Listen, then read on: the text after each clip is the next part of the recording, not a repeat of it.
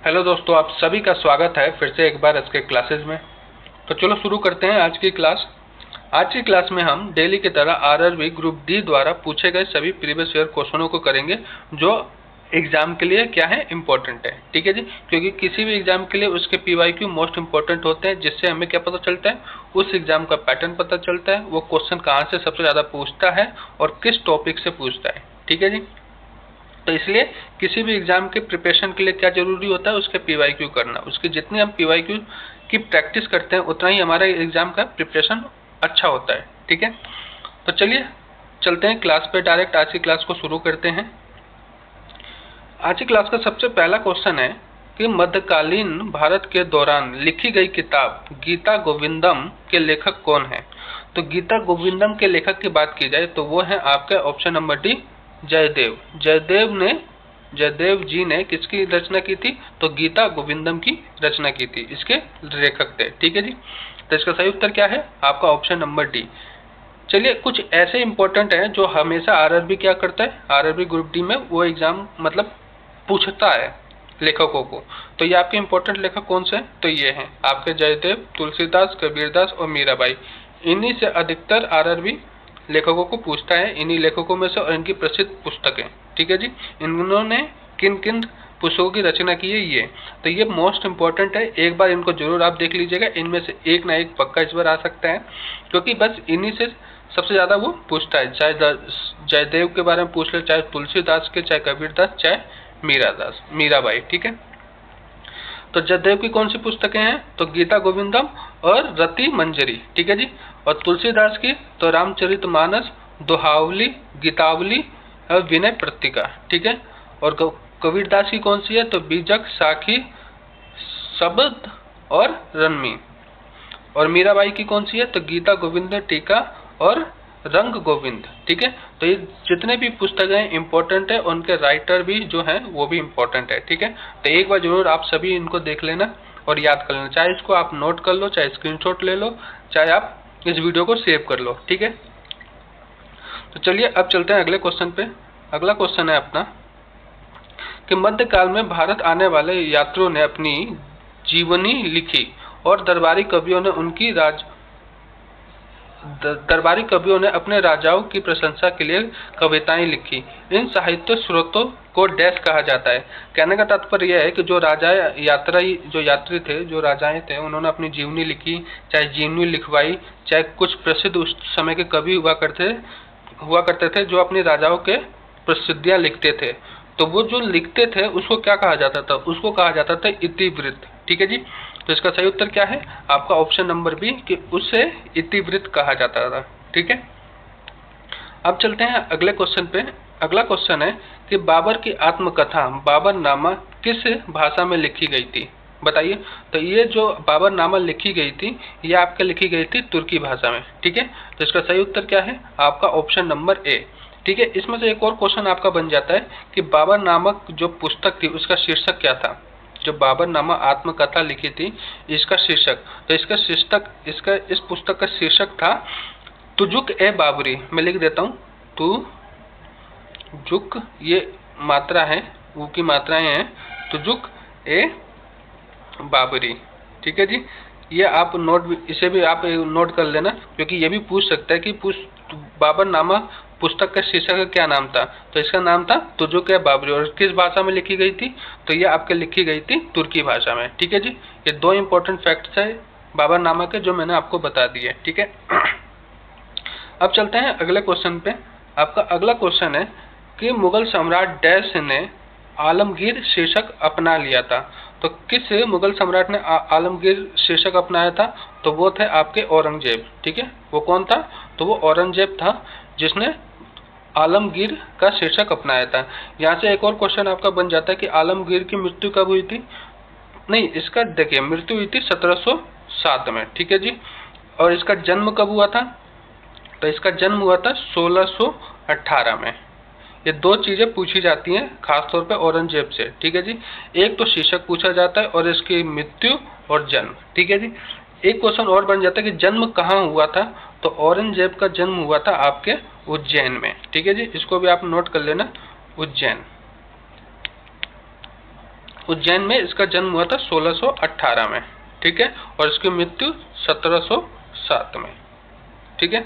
अब चलते हैं अगले क्वेश्चन पे, और इसका उत्तर क्या है? औरंगजेब।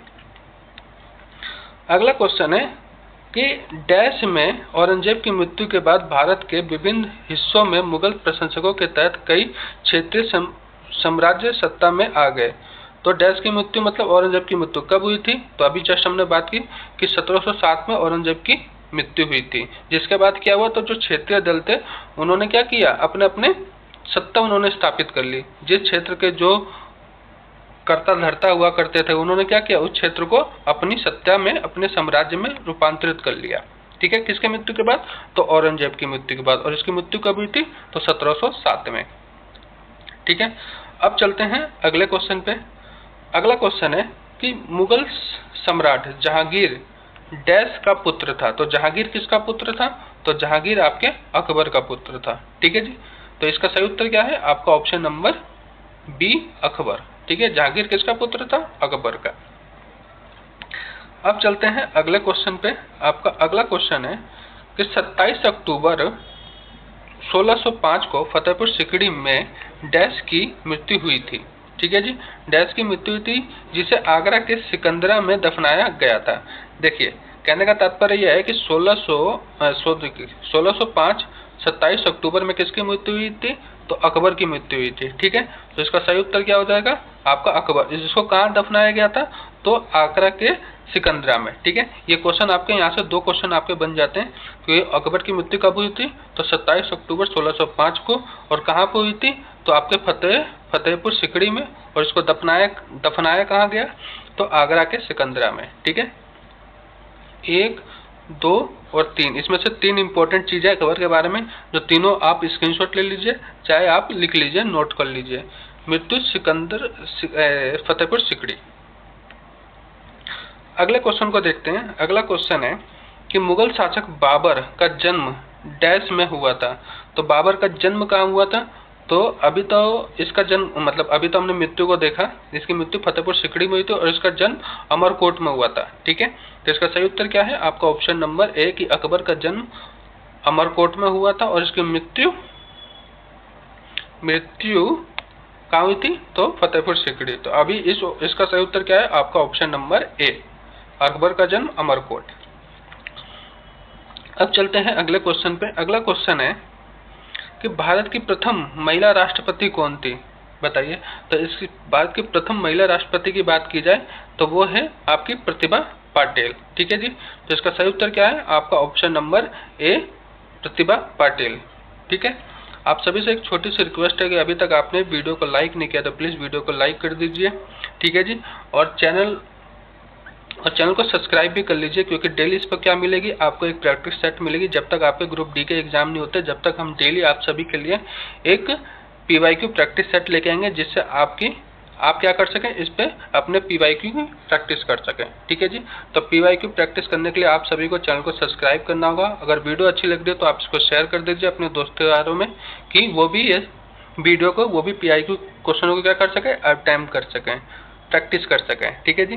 तो प्लीज़ वीडियो को लाइक एवं चैनल को सब्सक्राइब कर लीजिए। चलिए अगले क्वेश्चन को देखते हैं।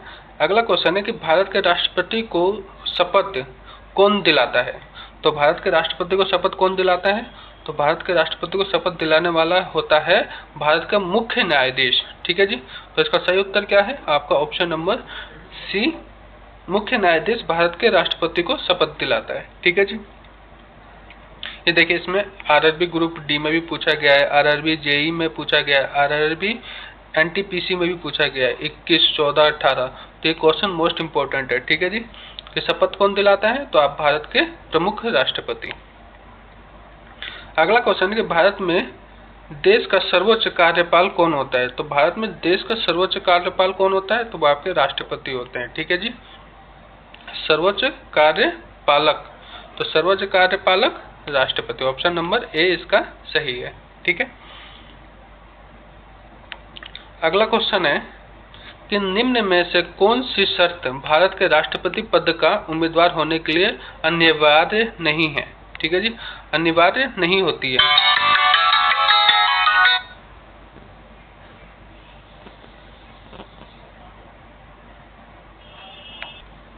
तो इसके सही उत्तर की बात की जाए तो वह है आपका ऑप्शन नंबर ए कि संसद में 10 वर्ष का अनुभव होना चाहिए।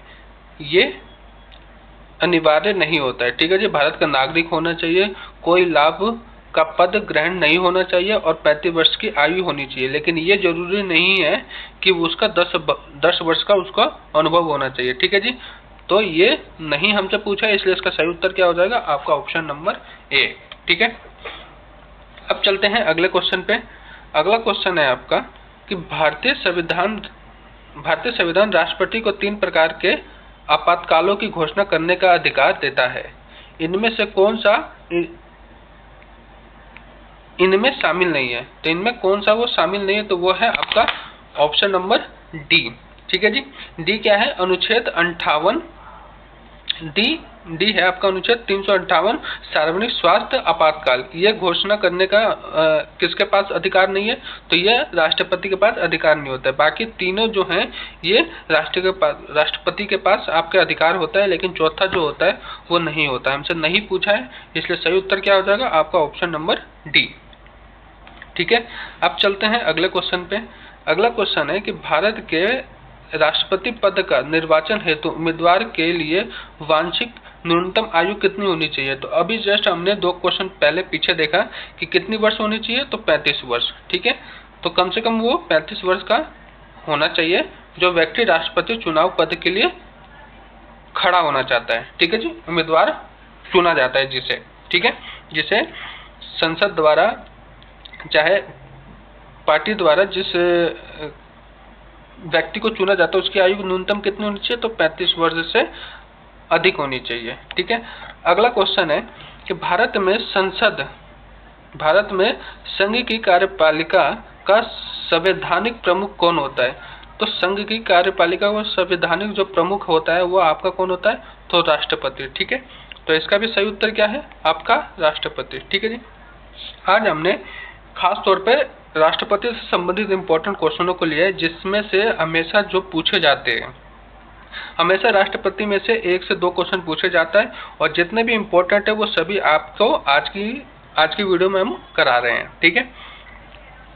तो जितने के जितने हैं इंपॉर्टेंट है।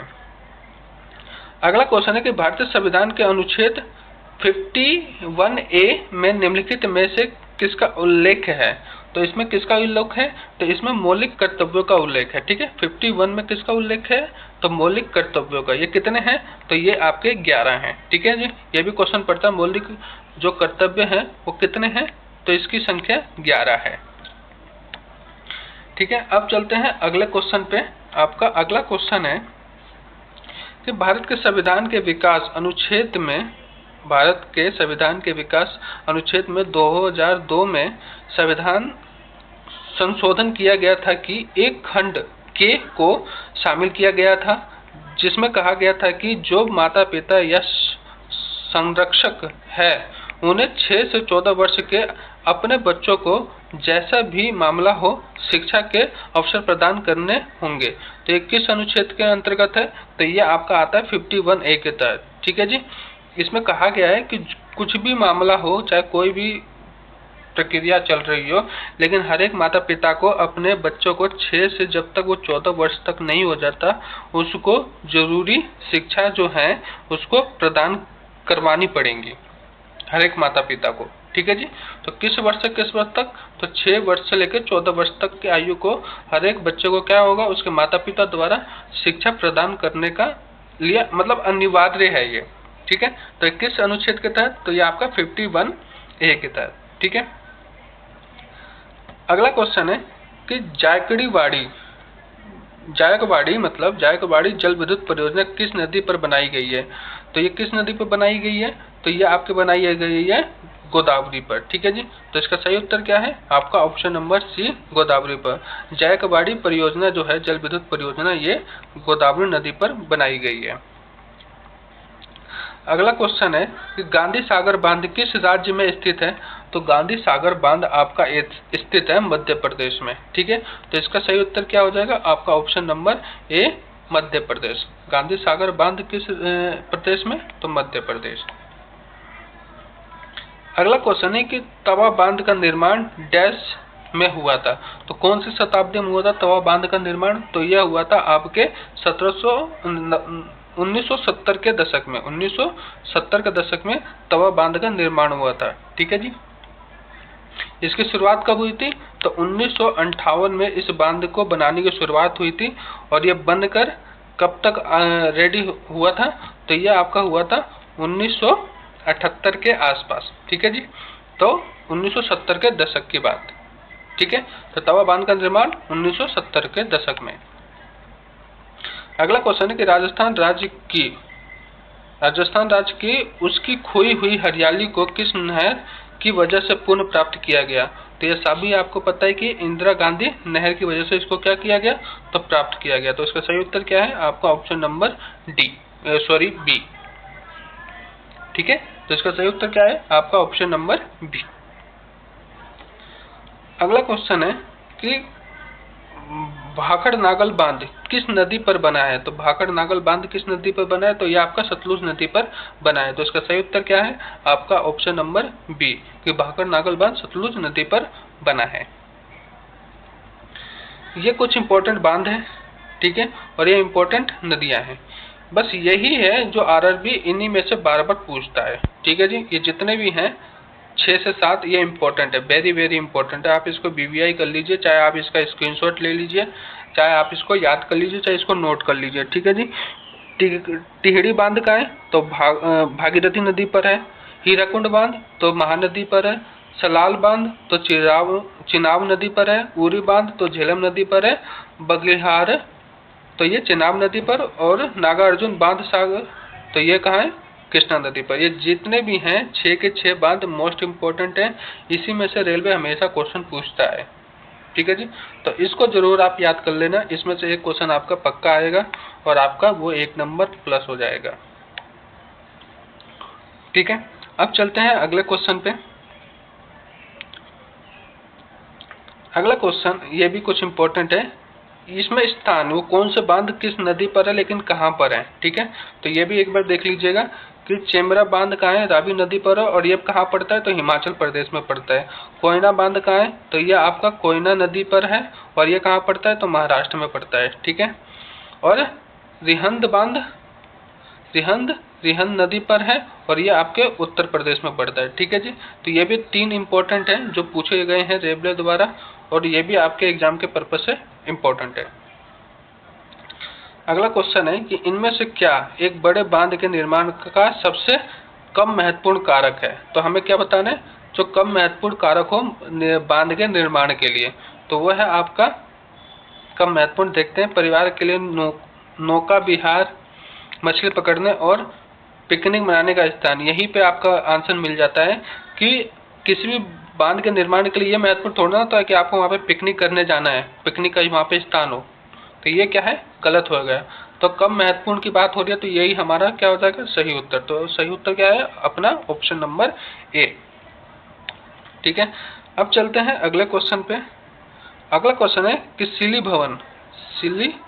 भवन शब्द इनमें से किस भौगोलिक तट से संबंधित है? तो किस भौगोलिक तट से संबंधित है? तो ये संबंधित है आपके चट्टानों से। ठीक है जी। तो इसका सही उत्तर क्या है? ऑप्शन नंबर डी, चट्टान। सिली भवन चट्टानों से संबंधित है। ये आपका 2022 में भी पूछा गया क्वेश्चन है। ठीक है जी। जो सिली भवन चट्टानों से संबंधित शब्द है। अगला क्वेश्चन है कि निम्नलिखित में से कौन सी नदी सप्त सिंधु क्षेत्र में फैल जाती है मतलब और बाद में सूख जाती है? तो वो कौन सी नदी है? तो वो आपकी है सरस्वती। बाद में क्या होता है? पहले वो सप्त सिंधु क्षेत्र में फैल जाती है और बाद में वो सूख जाती है। तो वो नदी है आपकी सरस्वती। तो इसका सही उत्तर क्या है? आपका ऑप्शन नंबर डी। ठीक है जी। अब चलते हैं अगले क्वेश्चन पे। अगला क्वेश्चन है कि निम्न में से कौन सी नदी अरब सागर में नहीं गिरती है? तो अरब सागर में कौन सी नदी नहीं गिरती है? तो वो आपकी गंगा।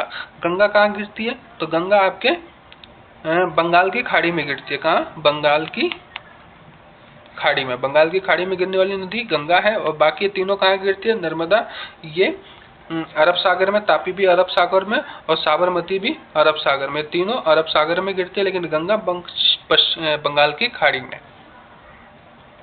अगला क्वेश्चन है कि इंदिरा गांधी नहर डैश में डैश से क्या निकलती है। तो कहाँ से निकलती है, तो हरिके बांध से निकलती है। ठीक है जी, तो इंदिरा गांधी नहर हरिके बांध से निकलती है। ठीक है जी, तो इसका सही उत्तर क्या है, आपका ऑप्शन नंबर ए।